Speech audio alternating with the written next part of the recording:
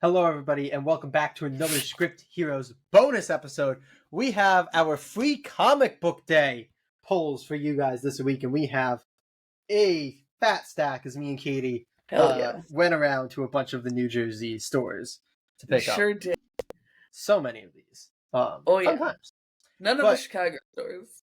Believe it or not, Jay did not follow me back to Chicago. No, I did not. Do we want to let people know what we have in store for them so they know if there's anything here for them? We've got, All right, gang, we have the Amazing Spider-Man Ultimate Universe Free Comic Book Day. We've got the All-In on the DC Universe and Absolute Universe, the Energon Universe, the Phantom, Speed Racer. We've also got the digital version of the Conan. They put that up for free digitally. Very sure nice. Did. Very nice. We've got the Godzilla universe. We've got IDW Dark. We have Entertaining Comics EC Blood Type. We've got Best of 2000 AD. And we've got the Red 5 Free Comic Book Day. Yes. Which has a Friends book in it. Which is very, very fun. It sure does. But yeah, let's get right into it right off the bat here. We're going to talk to you guys about Amazing/Ultimate Spider-Man. The Amazing Spider-Man story in this is pretty much a nothing burger. It's got some good art and it's fun, but it's really just, to try to get you to pick up Amazing Spider-Man 1, which is fine, but that's already come out.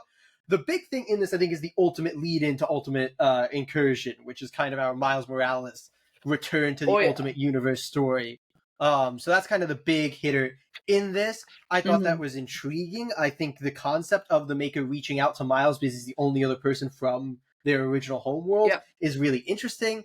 I found Miles' reaction a little lacking for the final remnant of his original home coming to him. He just goes like, "Nah, I'm good, bro." As his reaction. And I'm like, that feels not even a consideration. Yeah, this is the last vestige of your entire homeworld that has been destroyed. Yeah. Give me some emotion there. That was a little lacking. Really like it conceptually, though. And it does have me fairly interested in the event. And the little hook at the end with Miles' little sister going for these will be full spoilers, by the way. They're free comic book issues. You guys have had a week. They're free if you want them. Read them. Yeah. Exactly.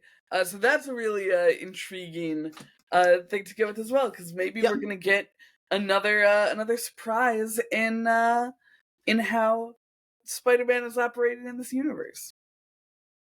Yeah, absolutely. There's also a bit of a weird thing at the end with all of those pin-up-y things. I didn't think those were very good. No. The art was really good for them. They were very nice pinups. But yeah, it was a weird thing. A little bit. The Eddie Brock Carnage and Mary Jane Venom thing is also just weird for me in general. I don't know what's going on there. I thought that was kind of weird in a almost too edgy way. But I absolutely went nuts for the last page of it with the Venom feeding into Spider-Man, feeding into Carnage thing, feeding into Venom. I thought that was so cool looking. Visually, they're really freaking good. Yeah. I just thought that they were a little weird.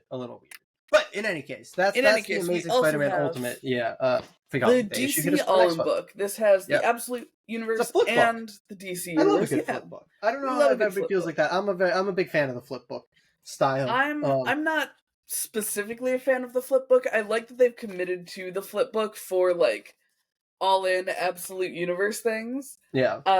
It's quite fun. So on the one side, we get our first look at Superman Unlimited, which... Yes.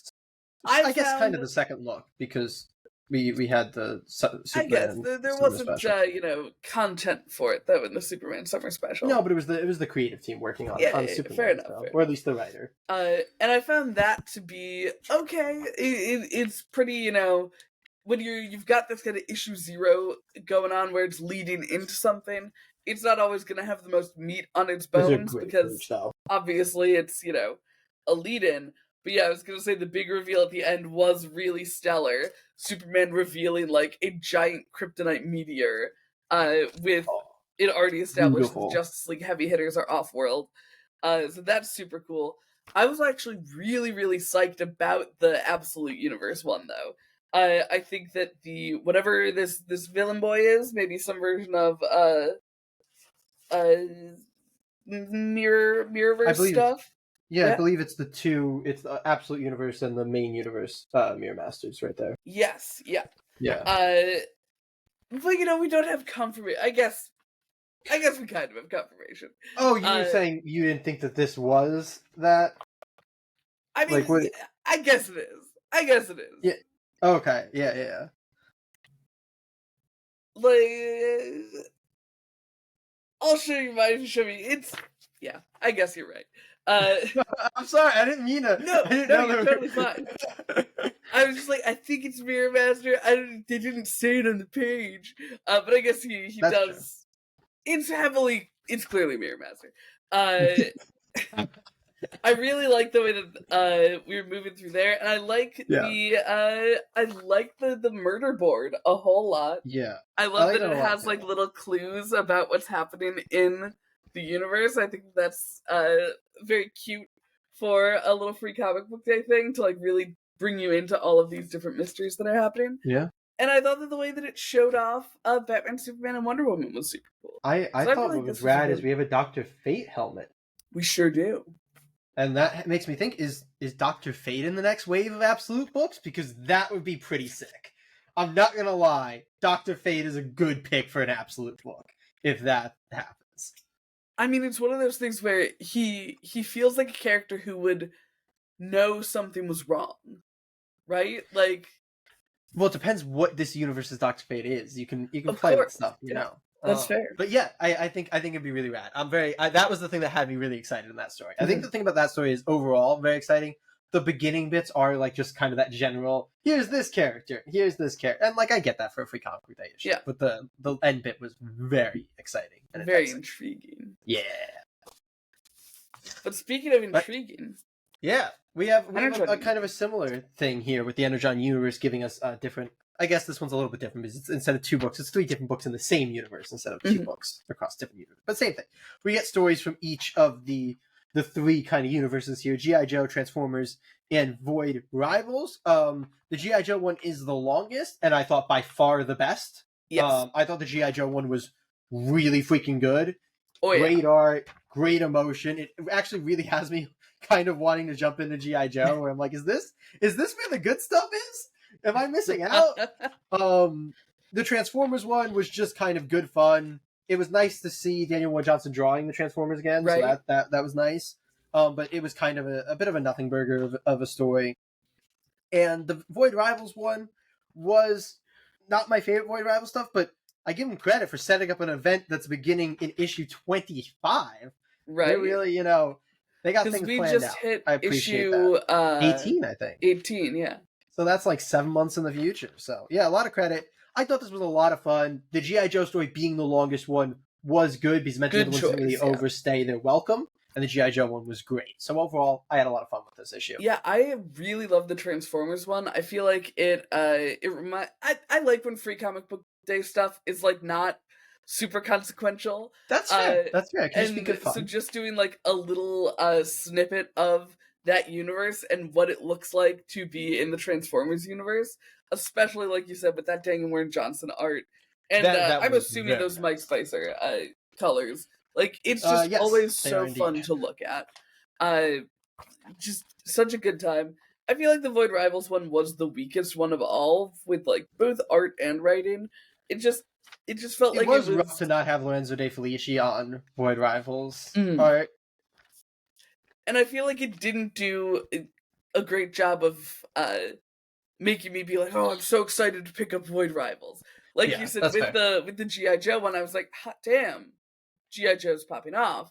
And with the Transformers one, I was like, look at this cool sense of identity for the Transformers. Yeah. And then with Void Rivals, I'm just like, I know how good you are, Void Rivals. This is not your best foot forward.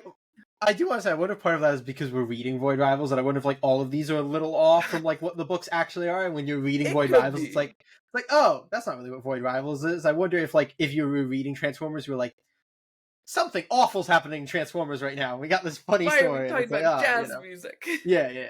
But I don't know. That's full speculation. But yeah, I think it was a fun teaser issue. But I fully agree with you on the Void Rivals one being a little weak, especially for that being the event setup out of them. Exactly. Yeah. But we also read Conan the Barbarian. We did it digitally, so no physicals to show off. I enjoyed it. I have a weird relationship with like kind of Conan, Red Sonja type of things Yeah. where they can really easily fall into a mode that I don't particularly like. Like Yeah. there's a really thin strip of ones where I'm like, yeah, this is stuff that I like a lot. And then He as has a soon as you low go under exit that line. Yeah. strip, it's like, okay, I just actively Yeah. don't like this. Yeah. Yeah. And I feel like this issue of Conan is up in that top strip where I'm like, Yeah. okay, I really like the world of Conan. I like the kind of like, sort of medieval, sort of fantasy, like Yeah. the really kind of mysticism of the barbarians. Sword and sorcery, I think, is what Yeah, the yeah. is what you Uh, typically call this type of world. Wonderful world, wonderful type Yeah. of world.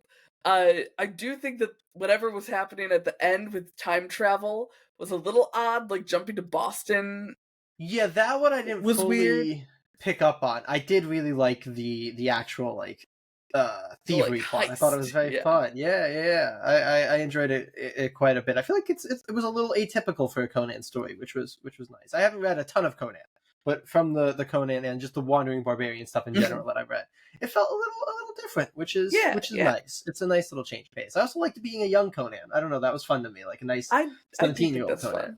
Yeah. There's a thing where I read the first couple issues of Zub's Conan run and picked up, I want to say, like the first 8 months worth of books or whatever, and then just was like, I've not been reading these. I need to stop picking up books that I'm not reading. But this has me a little bit like, maybe I can jump back in without having read all the other stuff and just try to like read as it comes out again. I don't know. We'll see. We'll see. I really do like Jim Zub as a writer in general. I think he's a very good writer. So yeah, I do think this, as well as the Energon one, the Energon one, I was like, wow, I already knew they were cooking a G.I. Joe, but this is the first of these free comic book day books where I was like, this makes me want to read the series. Oh, maybe then we'll just jump on Conan on the pod then, because Jim we'll Zub check is great. it out. I remember it was literally the same thing. I think 2 years ago when they did the first free comic book day, and it was literally the first issue that they did of Conan. It was a free comic book day issue, and I was like, holy shit, they're kind of going off. Let me read this, and I read the first couple issues, and then I fell off. And now 2 years later, it's like free comic book Conan. Oh yeah, they're kind of going off. They go crazy. But speaking of old characters with some new life, we've got the Phantom from Mad Cave. Jay, how'd you like the Phantom? I have very little experience with Phantom. I know he's like one of those things that typically comic creators like flock to because he's like one of the iconic classic superheroes, so I had no idea what to expect going into this, and I'm telling you, I was not expecting this setting because I knew nothing about the Phantom. He seemed like he would be more of a like noir type character. I love this. I thought this was so good. I was actually kind of blown away by this issue. It's pretty much the perfect teaser issue where it kind of has like a full plot line in it. It's very focused though on like telling you who this character is and what he's about, more so than like the story itself, despite it being a very fun story. And I thought it was rad. It has a really good like full circle like entertaining, result of the plot where, they hunt the lion and then or the tiger, I think it is, and then the tiger hunts them. That's very fun. I like that a lot. And then like the tiger kind of just like it's not like one of those moments where it's like, oh, the tiger tries to attack the superhero and then the superhero like, stops them. He's just like, no, I understand. I can't attack. Like, that's a cool, I don't know, it gives the Phantom a cool vibe, and I like that a lot. It does. So this was the second issue for me that was like, oh, they're kind of cooking here. I might want to read this, Fully agree. This is another one that made me want to pick up the series, so maybe this is another one we'll do on the pod. Yeah. And like that's the goal of Free Comic Book Day, isn't it? Like it really is. Like, I want to pick up this book now. That was one of the criteria that I was judging off of. I was very excited to talk about Conan. But yeah, I feel like I too know nothing about the Phantom, so I also like that they included some little lore bits for you, like his ring that curses people. The fact that he's that was rad too. Yeah, he's kind of myth or legend within the jungle. So I really like that they are clearly and very smartly making this such a jumping on point for people to be reintroduced to the Phantom. Yes. Which I think is just so good and such a smart move. Because it makes me want to read the Phantom. Yeah, and you get away with that in Free Comic Book Day, because I don't think Oh, anybody yeah. goes into a Free Comic Book Day issue being like, "Oh, this was just for new readers. I feel ripped off." It's like Right. I got it for free. That's fine. It's Exactly. fun. Yeah. No, And I fully agree. similarly, they also did Speed Racer from this same like acquisition of classic heroes. And I feel like this was also a success for me. I really enjoyed the characters in it. I do think that we've been deeply spoiled by Petrolhead with Yeah, just car how chases are hard dynamic to the do in races comics. yeah. But I think there are some really good high energy moments. The fact that the issue isn't focused on like the race, I think really helps with the fact that it's Yeah. hard to get that like race car race excitement in a comic book. But the police chases were super fun too. Like I feel like they did a good job. I think that I'm not a speed racer person. I Me don't think neither. I've Never been read exposed to it. or watched any Yeah. speed racer stuff. But it was another one that made me think, oh, I like what they're doing with this thing, and so I feel compelled to go explore this thing.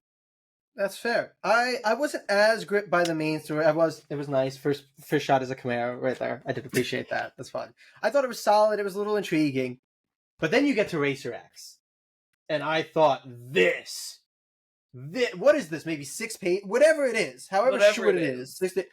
It's so phenomenal. J-coded. It is such good art. It is such dynamic action. It is so exciting. I loved this in every way. This had me like so excited. I read this little story, then I went back and I flipped back through it. There's chains going everywhere. It is rad. I don't know if this is going to be like the what was that book we read, the Cullen Bunn thing that they were doing, Arkham Horror? no that Invasive? that Mad Cave was doing. Oh, And we read it last Captain week on Comic Book Planet. Day. Gotcha Man. Yeah, where they had like multiple series for that book. They have like the villain series and the main series. I don't know if that's what this is, but if that is what this is, I want Racer X. That seems awesome. I actually think they're doing the same thing for the Phantom, right? Isn't there a team book for the Phantom? I'm pretty sure that has like the Phantom and Flash Gordon on it. I think that's the thing. I believe you. Anyway, yeah. So like that to me was the more exciting thing. I really like this backup. But it was another good issue, and I do think they were both very good. I think they were both very good showings of the book. Just maybe the Speed Racer book isn't as much my style as what the Phantom book's going to be. Yeah. But yeah, I thought they were very good showings for these books. But speaking of introducing us to your new books, this is an intro to the new Godzilla universe, which is going to have 3 books. So we got 3 stories in here. And I'm gonna, I want to go quickly, so I'll go fairly quickly. The main Godzilla book didn't super grab me. I liked the Stinger a lot. I thought the Stinger was really cool, but that didn't grab me. Then I flipped to Dead Zone, and that looks rad. Insane art. Like, this is someone who's getting to just do weird kaiju mutants and is having the time of their life doing it. Dead Zone immediately grabbed me. It's another short one, but I was like, Dead Zone seems rad. Yeah, the art on that one is Pablo Tunica. Yeah, then we got to Starship Godzilla, which is the one that I was already like, this is the one I'll probably pick up because, sci-fi and Godzilla, and I'm a very sci-fi boy. And this one was also really cool to me. I thought this one was really intriguing. Absolutely adored I'm very Starship excited Godzilla. to see where this goes. I really like the main character's design. I think that, I guess both main character designs look very cool. I liked a lot. It's giving Cowboy Bebop in the best way. Yeah. So both of the like secondary Godzilla books, Dead Zone and Starship Godzilla, have me really like enticed, and I'm like, I kind of want to read those. The main one, not as much, but I agree with that assessment. The strength of the other two did make me want to read the first one, though. So maybe we'll just go with the first issue. We'll read the first issues of all the Godzillas, maybe, and we'll see how that goes. I think we should. We'll do that. We'll do that. That's what we're gonna do. Yeah. Beautiful. Yeah. Amazing. Yeah. Speaking of IDW, do you want to? Yeah. We also got their horror preview. So this had four stories in it. Yes. I want to focus on Beneath the Trees Where Nobody Sees, obviously. You would.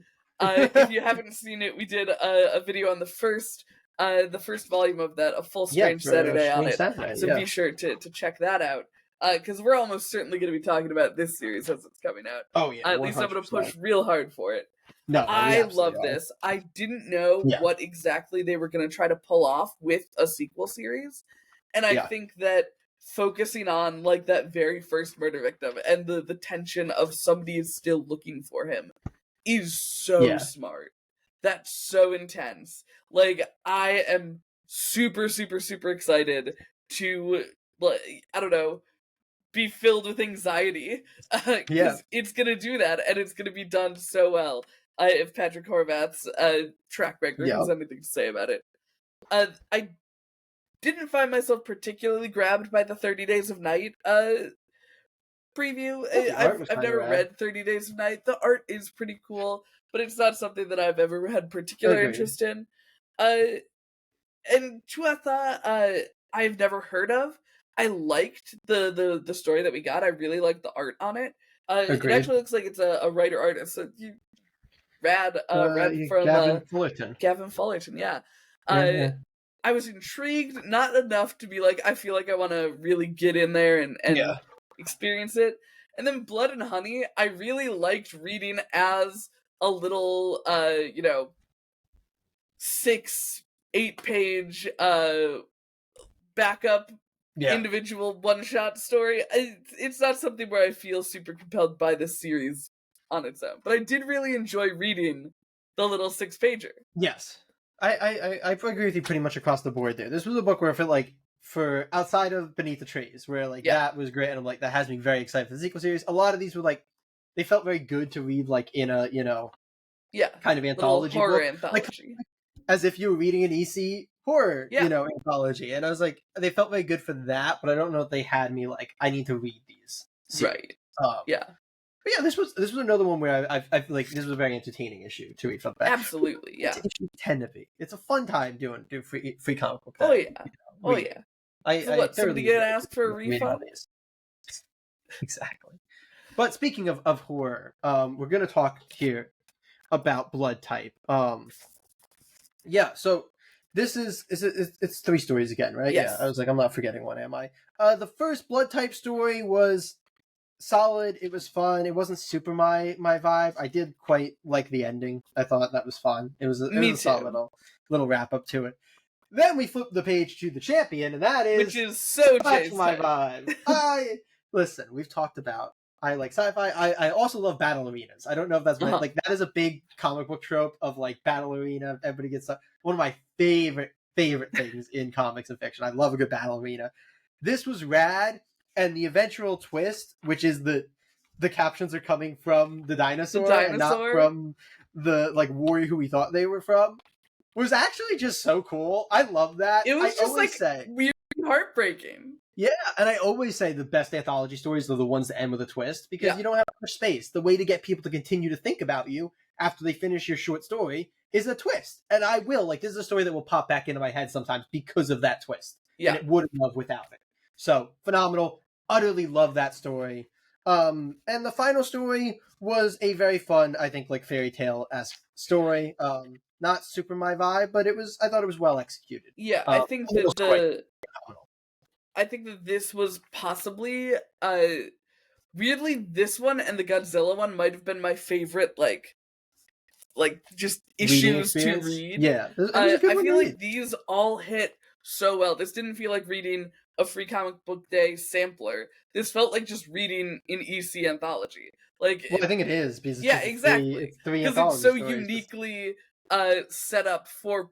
Well, yeah, how do you advertise an anthology series? We'll just give them an issue of the anthology series. Yeah. Like, Yeah, they did a really, really great job with it. And it has made me say, okay, yeah, I'm probably going to pick at least one of these up. Probably Cruel Universe, because that one was my favorite, too. Yeah, I picked up a few of them occasionally. Yeah, I think I might have one or two of the...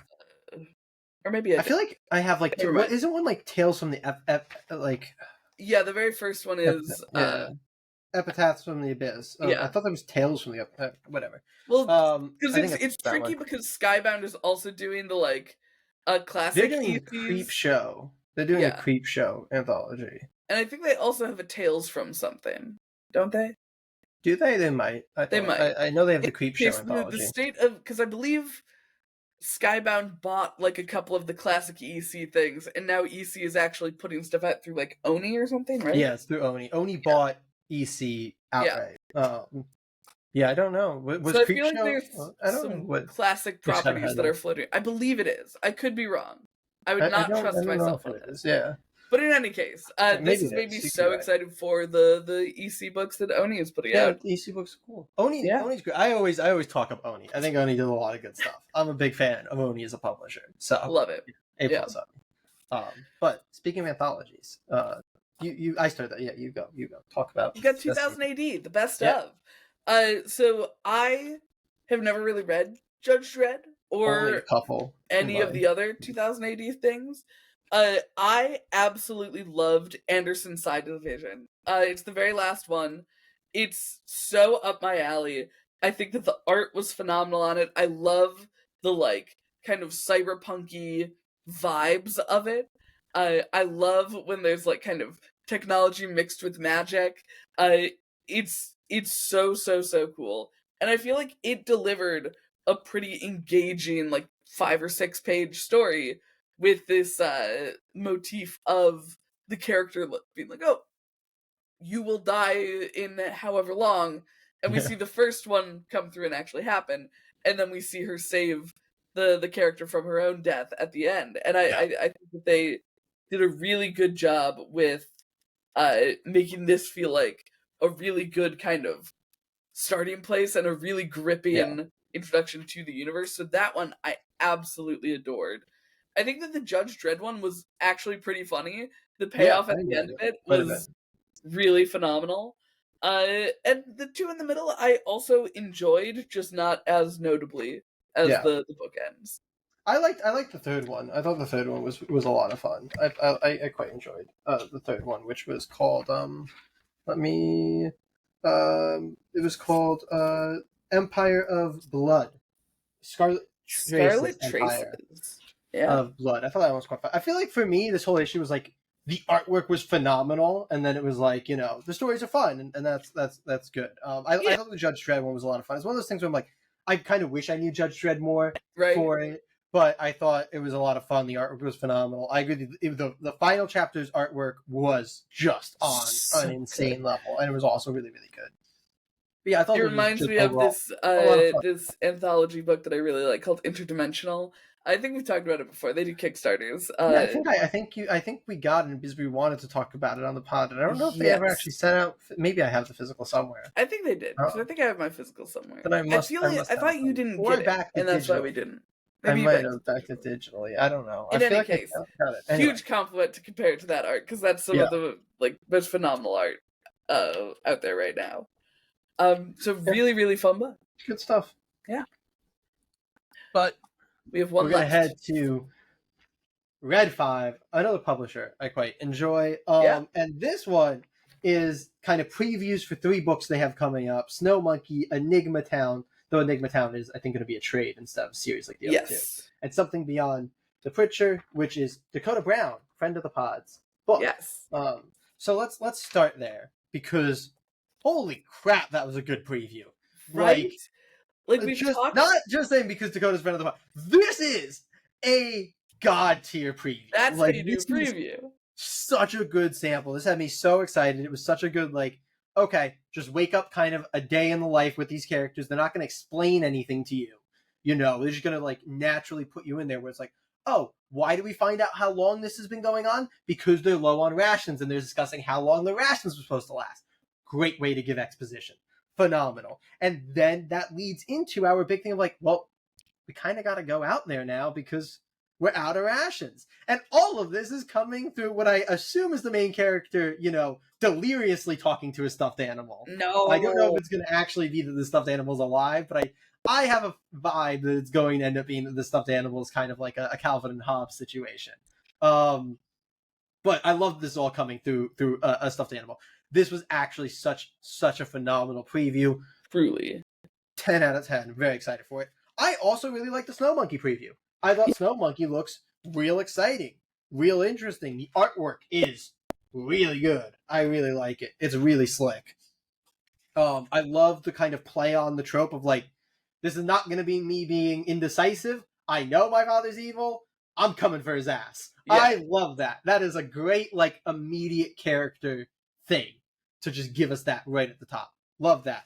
I also thought the Enigma Town preview was fun. It was probably my least favorite out of it. The artwork isn't Same. super for me, but I did think it was an intriguing premise, and I thought that they I gave you appreciate a that they solid amount to make a committed decision on it. real hard to like the nursery rhyme bit on their Yeah. thing. I can appreciate the swing.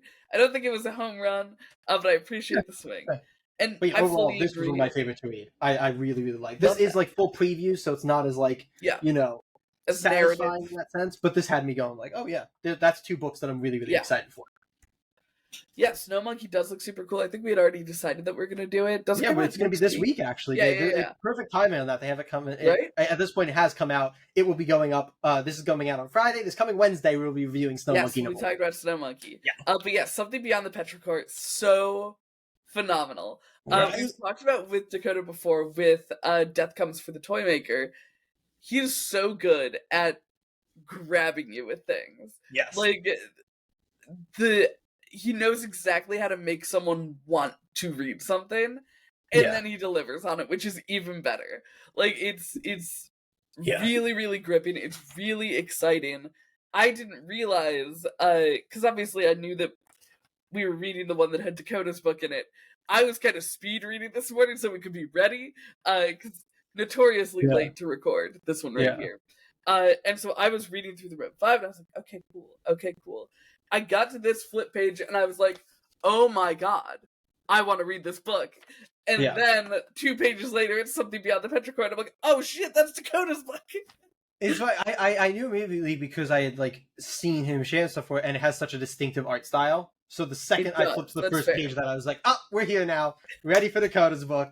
Let's go. Yeah, it was so well. No bias at all. I feel like it's it's wild that Dakota has these like crazy, like I would sit there and be like it's the level of like, either you're gonna sell this to somebody and they're gonna be like, oh, that sounds crazy, I'm in, or they're gonna be like, what the hell is going on, you're out. But it's wild that he's able to hook you so fast in books that have such like multi-layered concepts with so much going on. Like you think it would take so much time to get you to where you need to be to start these books, but he's really, really good at just kind of like seating you in it and then taking you for the ride. So he knows the exact slice to give you just as I feel like he's perfect example of start your book as late as you possibly can with like still being able to tell the story. He does not give you big preambles. It's let's rock with this book. And it's so good. It's so great for immediate buy-in. Yeah. But that was the last of our free comic book That's day it. That's books. free comic book day. Yeah. That's a lot of fun. Jay, Kate, do you have a poll list recommendation for people? I was about to ask if you did. The tricky There's thing so is many you that might are not so be able good. to pull these if you didn't last Saturday. You know what? We have so many. I'm gonna say we each get 2. I think that's we each fair. get 2. Oh my goodness. Okay. There's so many. There's so many. I have my 2. I'm debating actually now. I'm going back. I changed my mind. Here we go. Now I have my 2. All right. Okay. Iconic. Give your first. My first, I'll continue right where we were. It's going to be the Red 5 one. There's 2 awesome, exciting books in here, and especially when that's coming from a very small indie publisher. Also, like, I want to say Red 5 is probably the smallest publisher that does free comic book day issues, so like credit to them for that too. Right. Like, I feel like a lot of those small publishers just haven't been doing them anymore. They in can't recent afford years. them, probably. Yeah, so like huge shout out for that. But this is awesome. 2 books in here I'm super excited for. But for most people, I'm going to say this is your way to decide if these 3 books are for you, because they give really good previews. Yes. All 3 of them. So yeah, phenomenal. I was about to say Snow Monkey because it says Snow Monkey. The Red 5 free comic book day issue is going to be one of my pull list recommendations. Yes. My first pull list rec is going to be the Godzilla one. Oh, that's the one I put back. I'm glad you know that. It came so out of nowhere for me. I did not expect to buy into the Godzilla universe at all. Yeah. When Jay was like, okay, let's grab, because we were picking out for the table to make sure we got the same ones. He's like, let's grab the Godzilla one. I'm like, all right, I guess. It's a launch of a new universe at a major publisher. It felt necessary to do it. I was so skeptical because I was like, I'm not going to like it. I've never really been a Godzilla person. Yeah. Godzilla, what stories can you tell? Turns out a lot of awesome ones. That's a fun thing. They went wild with two of these to just go like, we're just gonna do some wild off the rail stuff. But anyway, yeah, pick up Godzilla. That's one of Katie. My second pull list recommendation is gonna be the Phantom issue 0. That's so good. Yeah. It is such a perfect issue 0 / Free Comic Book Day issue. Such a perfect introduction to this character. So well done, well written, well illustrated. I think you should pick up the Phantom 0. I mean, at this point, it's hard to pick up Free Comic Book Day issues, but there's some stores online that sell them for a couple bucks. Sure. So if you want one, I think and this is a good one. And if you can't get the Free Comic Book Day one, you'll just have to get issue 1. Just jump on the series. Bet your $5 on our opinions. Yeah. And my other rec is going to be the Blood Type. Did I grab the right one? That's the EC Comics Blood Type. Yes, I did. Yes. I don't know. I confused you so bad. Confused myself. I feel like all of the stories in this one were really strong. Yeah. And like we said, it's made to be an anthology, so it's just an issue itself just feels like reading a regular issue of it. Like, it doesn't feel like a preview, it just feels like a view. Yeah. And I think they did a really great job with all 3 stories. Yeah, I agree with you. So there you go, 4 books for you to pick up or read the next real issues of. Those are our recommendations. If you have a big old pile of Free Comic Book Day books and you don't know what to start with, you can start with those. But let us know. What did you pick up at Free Comic Book Day? How many do your stores let you get? We went to a bunch of stores that were between 3 and 5. Yeah. To kind of accumulate what we wanted. Because I'm a delight. But let us know what you picked up, what your favorite Free Comic Book Day issue was down below. And let us know if you want us to read any of the ones that we talked about. I think we named a few that we're going to certainly be doing. But if you want any more, you got to let us know. Yeah. But in any case, hopefully we'll see you next week. Comic Geeks.